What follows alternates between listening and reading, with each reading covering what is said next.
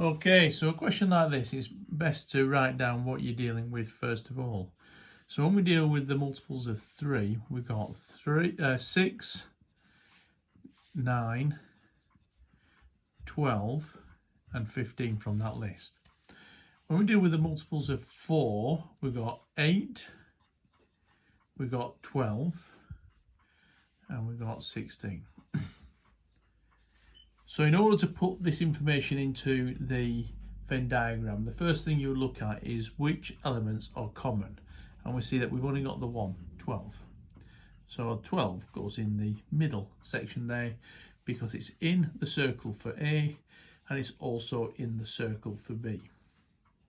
That means here I still require a 6, a 9 and a 15. No need to write 12 because I've already got 12 in that circle. For B, I need the number 8 and the number 16 in here. Again, no need to write the 12 because the 12's already in the circle for B.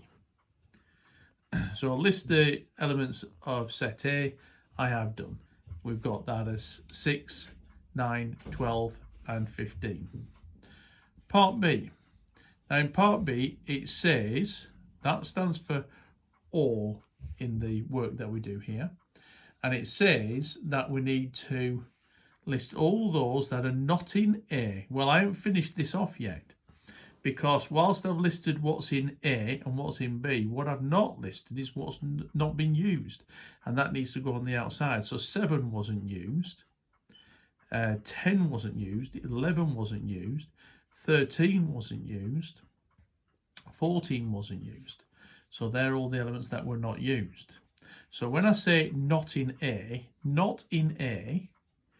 is the 8, the 16, the 7, the 10, the 11, the 13 and the 14. So 7, the 8, the 10, the 11, the 13, the 14, or B.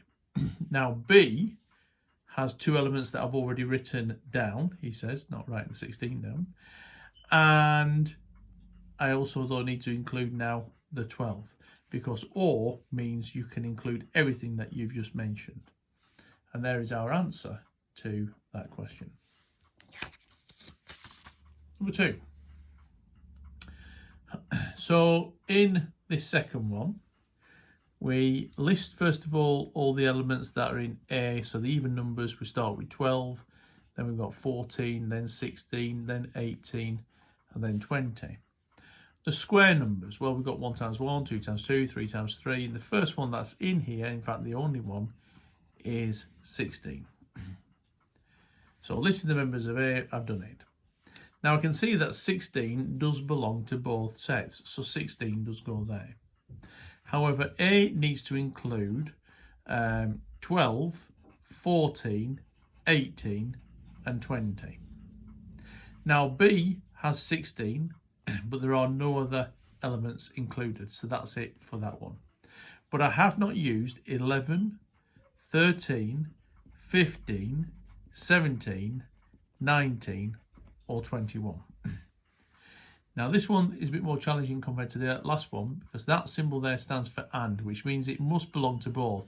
So it's got to be not in A and in B.